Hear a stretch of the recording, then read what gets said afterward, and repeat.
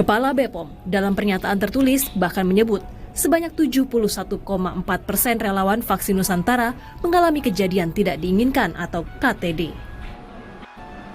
Kepala BPOM dalam pernyataan tertulis bahkan menyebut sebanyak 71,4% relawan vaksin Nusantara mengalami kejadian tidak diinginkan.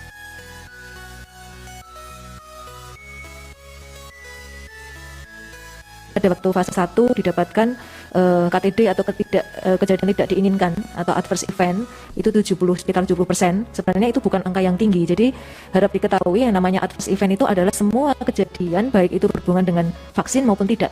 Jadi misalnya pasien setelah disuntik kemudian pulang dia mengalami kecelakaan, itu termasuk, kemudian mondok itu termasuk serius adverse event meskipun tidak berhubungan dengan vaksin. Jadi jangan heran penelitian vaksin lain pun angka adverse eventnya sangat tinggi, bahkan ada yang 100%. Kejadian tidak diinginkan sama sekali sudah tidak ada.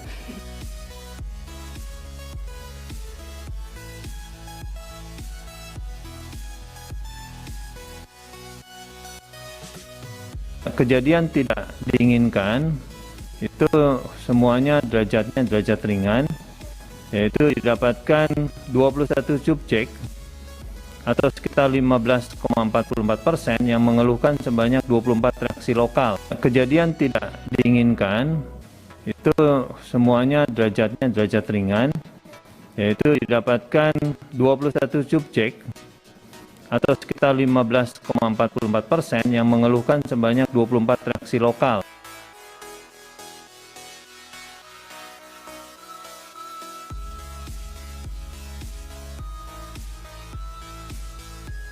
Kita bersama-sama harus melihat bahwa pandemi ini tidak ada satu orang pun yang tahu kapan berakhir.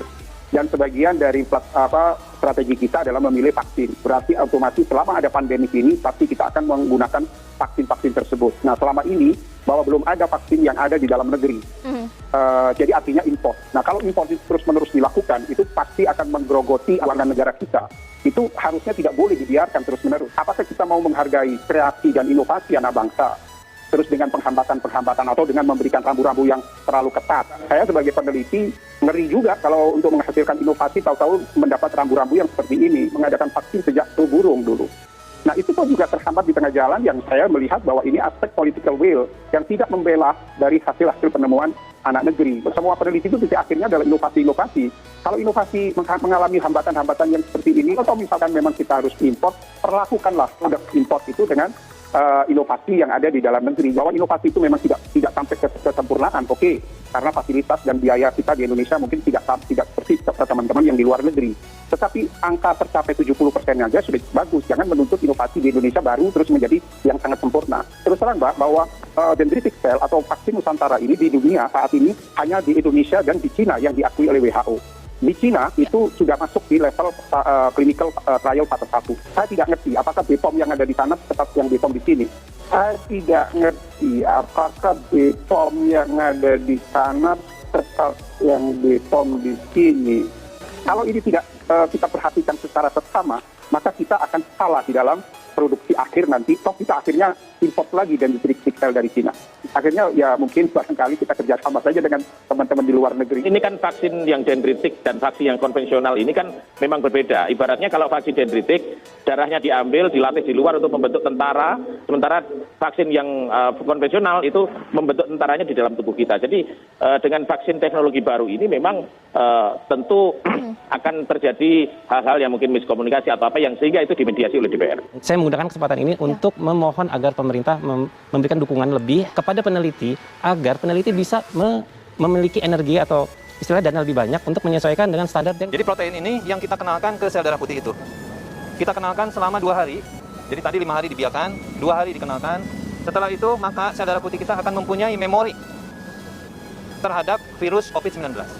Sehingga pada saat tubuh kita masuk virus COVID-19, tubuh kita sudah lebih siap untuk menghadapi COVID-19 ini karena dia sudah tahu dan sudah kenal. Vaksin Nusantara adalah kandidat vaksin COVID-19 berbasis sel dendritik yang diinisiasi mantan Menteri Kesehatan Terawan Agus Putranto. Vaksin ini pengembangannya bekerja sama dengan produsen obat kanker berbasis sel dendritik di California, Amerika Serikat.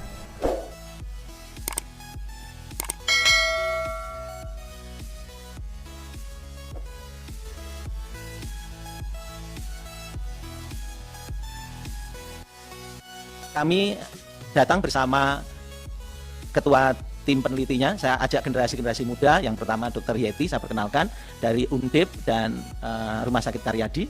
Beliau yang waktu uji klinis tahap 1. Dan yang generasi muda lagi untuk yang uji klinis tahap 2, Dr. Joni, spesialis penyakit dalam, kolonel, untuk yang di RSPAD. Lanjut, silakan Dr. Joni, kami silakan. Baik, terima kasih. Assalamualaikum warahmatullahi wabarakatuh. Salam sejahtera untuk kita semua. Jadi ini pertama kali dalam masa sidang kita di Komisi 7 yang kita datang untuk merapat ke meja mitra untuk melihat secara real dan secara aktual apa yang sedang dilaksanakan, diprogreskan oleh mitra. Yang kami hormati Ketua, Wakil Ketua, dan anggota Komisi 7 DPR RI. Saya melanjutkan untuk memberikan sedikit gambaran hasil daripada uji klinis fase 2 dari vaksin sel dendritik imunoterapi SARS-CoV-2. Seperti Dr. Terawan sudah sampaikan bahwa memang saat ini payung hukum di kita adalah kesepakatan 3 pejabat, yaitu MOU dari antara Kasat dan Menteri Kesehatan dan BPOM. Namun pada kesempatan ini kami sampaikan uji klinis fase 2 ini karena uji klinis ini sudah dimulai pada saat MOU itu keluar. Jadi pada saat MOU keluar, uji klinis ini sudah mulai dan sudah dilaksanakan, sehingga kami pada kesempatan ini ingin menyampaikan hasilnya. Slide. Oke, latar belakang, maka secara epidemiologi sampai saat ini kasus masih meningkat, kasus COVID-19 ini. Slide. Walaupun sudah 18 bulan kita berkecimpung dengan COVID-19 ini, namun sampai saat ini belum ada titik terang untuk mengatasi pandemi ini. Dan distribusi dan administrasi vaksin sangat terbatas, belum mengubah lintasan pandemi. Obat terapeutik yang sangat efektif juga tidak mungkin tersedia secara luas dalam waktu singkat, sehingga dan pengembangan vaksin tradisional tidak efisien dan mahal. Slide.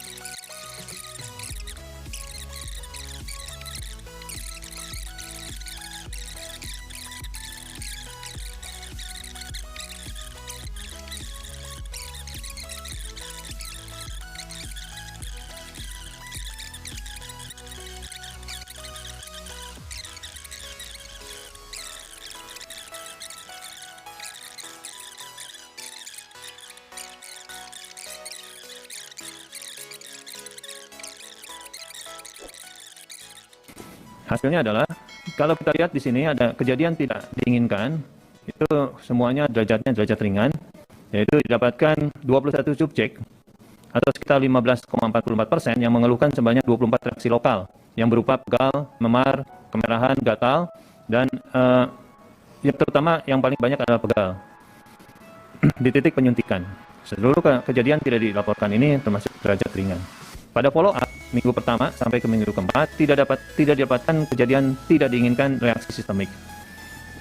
Tidak didapatkan kejadian serius adverse event sampai pasiennya dirawat di rumah sakit pada seluruh subjek hingga follow up minggu keempat setelah vaksinasi. Kemudian tidak ditemukan kelainan dari hasil pemeriksaan keamanan laboratorium. Jadi kita lakukan pemeriksaan laboratorium berupa darah lengkap, kemudian kimia darah, elektrolit, fungsi hati, fungsi ginjal, dan HbA1c pada minggu pertama dan minggu keempat setelah vaksinasi. Dan di sini tidak kami dapatkan kelainan dari hasil pemeriksaan laboratorium ini. Slide. Dan tabel ini menunjukkan bahwa dari 3 dosis yang diberikan, yaitu dosis 0,1, yaitu dosis yang paling kiri, dosis 0,33 dosis yang tengah, dan dosis 1,0 mikro yang pada tabel yang sebelah kanan, kita lihat bahwa peningkatan daripada H-spot yang bermakna itu ternyata dengan dosis 0,1 saja sudah mendapat menimbulkan imunitas seluler yang bermakna, sehingga kita pilih dengan dosis 0,1 dari hasil penelitian ini. Slide. Sebagai kesimpulan bahwa dari follow up yang dilakukan selama penelitian vaksin imun Nusantara sampai saat ini keamanannya baik, belum ada kejadian tidak diinginkan yang berat atau serius. Dari ketiga dosis antigen protein S yang dipakai dalam penelitian ini, ketiganya meningkatkan imunogenitas seluler, terutama sel T. Dosis antigen protein S minimal yang dapat memberikan imunogenitas seluler optimal adalah 0,1 mikrogram. Demikian yang bisa saya paparkan. Apakah kita dapat menuju ke uji klinis fase 3? Kami berkoordinasi sehubungan dengan adanya MOU dari 3 pejabat. Terima kasih. Ya. Terima kasih. Assalamualaikum warahmatullahi wabarakatuh. Saya Dr. Yeti, pembantu co-researcher atau pembantu penelitian dalam uji klinis vaksin Nusantara fase 1 dari Rumah Sakit Dr. Karyadi dan dengan FK Undip. Saya ingin melaporkan dari fase 1, mungkin sebelumnya sudah banyak didengar, bahwa kami sampai saat ini masih melakukan evaluasi. Jadi rencananya evaluasi kita lakukan sampai 1 tahun, karena kita sudah melakukan perlakuan. Jadi tujuan evaluasi tersebut, satu, ingin memfollow up efek sampingnya. Yang kedua, kami juga ingin memiliki data mengenai kekebalan jangka panjangnya. Pada waktu fase 1 didapatkan KTD atau kejadian tidak diinginkan atau adverse event itu sekitar 70%. Sebenarnya itu bukan angka yang tinggi. Jadi harap diketahui yang namanya adverse event itu adalah semua kejadian baik itu berhubungan dengan vaksin maupun tidak. Jadi misalnya pasien setelah disuntik kemudian pulang dia mengalami kecelakaan, itu termasuk, kemudian mondok, itu termasuk serius adverse event meskipun tidak berhubungan dengan vaksin. Jadi jangan heran penelitian vaksin lain pun angka adverse eventnya sangat tinggi, bahkan ada yang 100%. Karena itu pun semua kejadian yang tidak diinginkan itu dicatat. Dari adverse event ini nanti akan kita telaah lagi apakah itu berhubungan dengan vaksin atau tidak. Siapakah yang menentukan itu berhubungan dengan vaksin atau tidak adalah DSMB atau tenaga ahli dalam hal vaksin sesuai kepakarannya, dia yang akan menentukan apakah berhubungan dengan vaksin atau tidak. Karena ini fase 1, jadi kami sangat concern dengan safety. Kejadian itu yang tidak diinginkan itu rata-rata adalah derajat ringan, ya, derajat ringan. Jadi tidak ada satupun pasien yang memerlukan perawatan ataupun mondok. Keluhannya memang rata-rata adalah reaksi yang lokal, ya, lokal derajat 1 atau 2. Terus kemudian ada yang waktu itu agak heboh juga, ya, efek samping grade 3 gitu. Nah, ini saya sekalian meluruskan, ya. Jadi waktu itu disampaikan karena hubungannya dengan lab, ya. Jadi saya sampaikan di sini yang grade 3 itu adalah pasien yang memiliki mengalami kenaikan kolesterol 256, 237, 233 itu ada 3 subjek. Dan itu ternyata kemudian kita laporkan ke DSMB dan juga Komisi Etik, kemudian ditelaah, ternyata DSMB menganggap itu tidak berbahaya. Kenapa? Karena pasien itu dilakukan pemeriksaan itu tidak dalam kondisi puasa. Sehingga kolesterol itu kadarnya sangat fluktuatif. Jadi pasien-pasien seperti kita habis makan seafood mungkin dicek langsung naik kan. Nah, seperti itu. Jadi pasien-pasien ini tidak berpuasa sebelumnya. Kemudian dia kebetulan memang dalam anamnesisnya dia mengaku banyak makan berlemak semalam sebelumnya, ya, dan itu sangat ringan sehingga tidak ada gejala. Kemudian oleh DSMB diputuskan bahwa ini kemungkinan besar tidak ada hubungannya dengan vaksin karena memang pasien tidak berpuasa.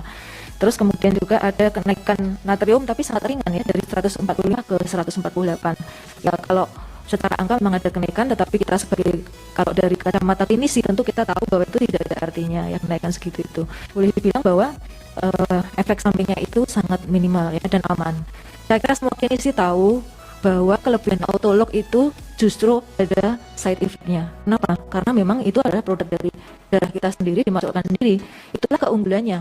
Jadi kita sebenarnya untuk safety kita berani diadu dengan yang lain. Semua klinisi tahulah kalau autolog itu pasti efek sampingnya lebih ringan dibanding dengan yang kita memasukkan benda asing. Seperti itu.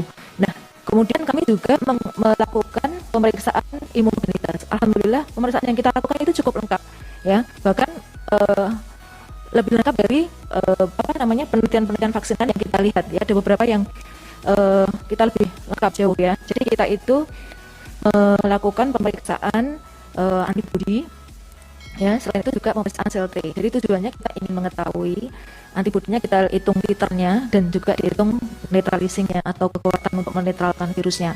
Nah, kemudian untuk pemeriksaan sel T-nya juga kita lengkap dengan memeriksakan absolute sel T memori maupun efektor. Jadi saya kira ini cukup lengkap. Kita bisa melihat di jurnal-jurnal lain bahwa vaksin-vaksin yang di luar negeri pun kadang-kadang monitor untuk imunogenitas tidak selengkap ini. Ada yang cuma meriksa titer antibodi dan NAB seperti itu. Ini fase 1, jadi kita ingin seideal mungkin, jadi kita memeriksa lengkap semuanya. Dan kita juga pemeriksaannya ini tidak cuma di tempat kami juga melakukan pemeriksaan eksternal sebagai pembanding. Jadi tidak hanya di Semarang, kami juga mengirim sampel eksternal itu ke Prodia dan kami juga mengirim pemeriksaan kami ke Surabaya. Ya, jadi supaya bisa lebih objektif lah seperti itu, ya. Nah, dari hasil pemeriksaan imunogenitas itu ternyata ada dosis yang potensial. ya. Kemudian kita sampaikan karena itu akan menjadi pijakan untuk penelitian fase 2. Dosis itu menjadi pijakan ya. Kemudian dilakukan dengan penelitian fase 2. Nah, kami pun masih melanjutkan. Apakah memang vaksin Nusantara ini punya kekebalan jangka panjang? Ya, buat apa efektif kalau hanya 3 bulan? Sementara pandemiknya sudah hampir 2 tahun ya, dan belum ada tanda-tanda akan usai dalam waktu singkat. Evaluasi 3 bulan ya, seperti untuk safety-nya itu angka kejadian yang tidak diinginkan tadi makin menurun. Jadi sangat ringan dan hanya 6 orang, itu sangat ringan sekali. Dan tidak terkait dengan vaksin. Kemudian untuk imunogenitasnya dosis potensial tadi ternyata dia baik di kenaikan titer antibodinya maupun di pemeriksaan sel T-nya. Jadi sel T itu untuk imunitas jangka panjang. Itu ternyata dia masih bertahan tinggi dalam evaluasi 3 bulan. Ya. Nah, ini kita lanjutkan dengan yang 6 bulan. 6 bulannya itu bulan ini, Pak. Bulan ini untuk kejadian tidak diinginkan sama sekali sudah tidak ada.